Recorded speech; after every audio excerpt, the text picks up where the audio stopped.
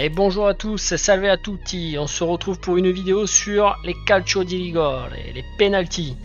Moi je voudrais votre avis vraiment parce que je suis un ancien sûrement, je suis trop vieux. Mais pour moi les penalties c'est une course d'élan assez courte et une frappe très forte, cadrée, placée dans les angles, voire plein centre.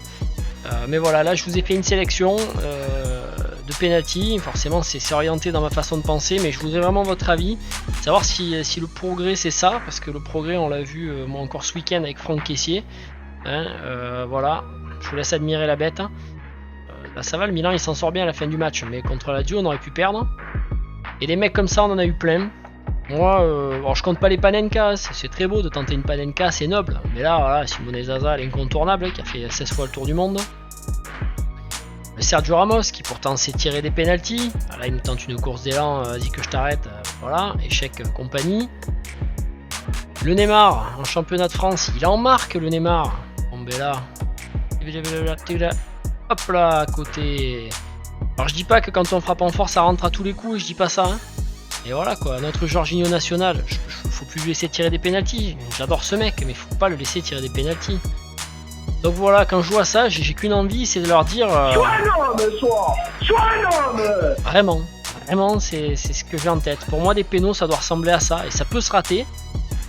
Mais voilà, pour moi, un penalty, ça doit partir comme ça. Le gardien va souvent du bon côté, vous voyez le Lautaro là.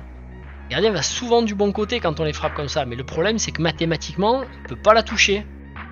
Parce qu'il y a un ratio vitesse-placement. Belotti, il le loupe hein, au final, mais là...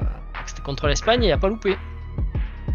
Ça part fort et là le Maguire, il s'appelait Donnarumma, lui c'est plus de son plus d'image à la fin du penalty, c'est inogive. Et là le Harry Kane, voilà, on l'associe plein de lucarne, on met pas 8 jours quoi. Le Bernardeschi, le Unai c'est un bon gardien, là il a rien pu faire. Le Messi quand il décide d'y aller franchement, voilà. Donc voilà, moi je vous le dis, hein, un penalty pour moi c'est ça doit se tirer fort. On le voit sur ce plan, le gardien est souvent du bon côté. Mais voilà, je veux savoir, je dois être beaucoup trop vieux. Alors peut-être qu'il y a des jeunes qui vont me l'expliquer en commentaire. Je vous attends en espace commentaire, dites-moi.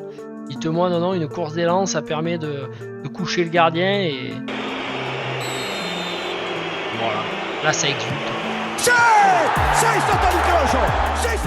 Donc si vous êtes convaincu par une course d'élan torturée et que c'est l'avenir, dites-le moi, défendez votre point de vue, mais pour moi un bon péno, c'est un péno qui part au quart de tour, qui part très fort, qui est placé, et tant pis si ça passe à côté. Au moins on n'a pas de regret, on y a mis le cœur. Allez, je vous remercie et je vous dis au revoir.